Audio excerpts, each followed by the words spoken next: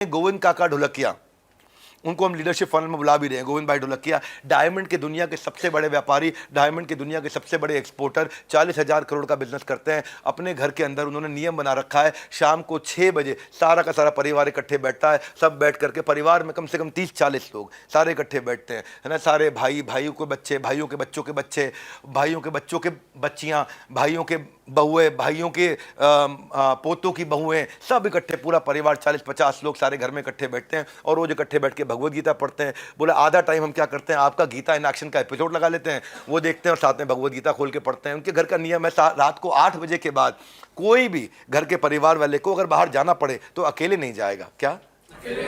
तो मैंने पूछा क्यों नहीं जाएगा? बोले सारे बुरे काम रात को ही होते हैं और अकेले में जाएगा तो हो सकता है करके ही आएगा। तो जो भी जाएगा 4 लोगों को साथ में लेके जाएगा, डर के मारे कुछ गलत नहीं कर पाएगा, चुपचाप घर पे वापस आ जाएगा, है कि नहीं। तो उन्होंने एक ऐसा नियम बना दिया, बोले मैंने जो स्ट्रगल सहा मैं उसका थोड़ा सा आंशिक स्ट्रगल अपने परिवार के पोतों को देना चाहता हूँ। मैं बोला क्या करते हैं? बोला उनको हम लोग भेज देते हैं साउथ इंडिया के किसी छोटे से ऐसे गाँव में 1000 रुपये का मोबाइल साथ में दे करके और टोटल 2000 रुपये कैश दे के कि तुमको 1 महीना वहाँ पे नौकरी करनी है और हर चौथे दिन नौकरी बदलनी है और सारा खर्चा में उठाना। अब क्या उनका कोई पोता जाए वहाँ पे? अब पोता पड़ा हुआ हार्वर्ड का, वो जाकर के रेलवे की पटरी के पास लोहे की शीट पे वहाँ पे सो रहा है, मच्छर काट रहे हैं, खटमल काट रहे हैं, 5-5, 8-8, 10-10 किलो वजन घटता चला जा रहा है, बीमार पड़ रहे हैं, खाने को कुछ नहीं। अच्छा, रेस्टोरेंट पर नौकरी करने जाए पोछा मारने के लिए और रेस्टोरेंट वाला उनकी बातचीत समझ जा, आदमी बड़ा इंटेलिजेंट लग रहा है, तो उसको बोले तेरे को तीसरे दिन मैंने प्रमोट कर दिया, तू मैनेजर बन गया रेस्टोरेंट का।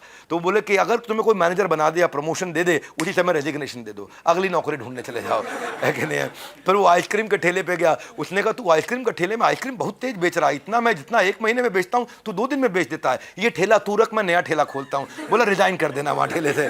उसके बाद नहीं नौकरी, प्रमोशन मिली तो रेजिग्नेशन तुरंत देना है तुम्हारे को और तुम्हें वो सह के आना है केवल 1 महीने के लिए, जो मैंने सहा है अपने पूरे बचपन और अपनी पूरी जवानी में, तभी जाकर के मैं 40-50 हज़ार करोड़ का डायमंड का बिजनेस बना पाया हूँ। तो असली MBA तुमने हार्वर्ड में नहीं करी है, असली MBA जब तुम सड़क की पटरी पे सोए थे ना और तुम 800 रुपये महीने की नौकरी करते थे, वो तुम्हारी असली MBA है। तो जैसे इन्होंने घर पे लीडरशिप का एग्जाम्पल सेट किया, मुझे पता क्या है, हाथ आगे लाए, कर्म करता बाप है, पढ़ती बच्चे के दिमाग पर छाप है। Would you agree with me? Yes, no? ये है Gita in action. Come on, क्या है ये? देखो लीडरशिप जो है ना, लीडरशिप ऐसा ही है जैसे कि एक लीडर कितना मजबूत बनेगा, कैसे मजबूत बनेगा। इंडियन आर्मी और पाकिस्तानी आर्मी का फर्क समझा दूं, सीखना चाहेंगे? इंडियन आर्मी में सीनियर लीडर जो है ना आगे रहता है, मोर्चे पे, आगे मोर्चे पे रहता है। आप जाएं वो LOC हो, वॉर हो या कॉर्डन हो या सर्च ऑपरेशन हो या कोई बस्टिंग टेररिस्ट का कोई हेड आउट हो, हाइड आउट हो, उनको ढूंढना हो और मतलब इस प्रकार के कहीं बंकर्स में छुपे हो, किस प्रकार के अंडर कवर ऑपरेशन चल रहे हो, तो क्या कंपेयर करोगे अगर आप पाकिस्तान की आर्मी से? रेयरली पाकिस्तान का कोई सीनियर लीडर ऑफिसर कभी मारा जाता है। हाथ आगे लाए, क्यों? क्योंकि वहाँ क्या है, यहाँ वहाँ पे खाली गरीब जवान, वहाँ हवलदार वही गोलियाँ खाते हैं। करेक्ट ऑफिसर जो अपना ड्यूअल पासपोर्ट लेकर के, रिटायरमेंट लेकर के पहले ही ऑस्ट्रेलिया, UK, US में जाके बस जाते हैं। सबसे अमीर लोग पाकिस्तान में आर्मी के हैं। क्या है? हाथ आगे लाए, कैसे?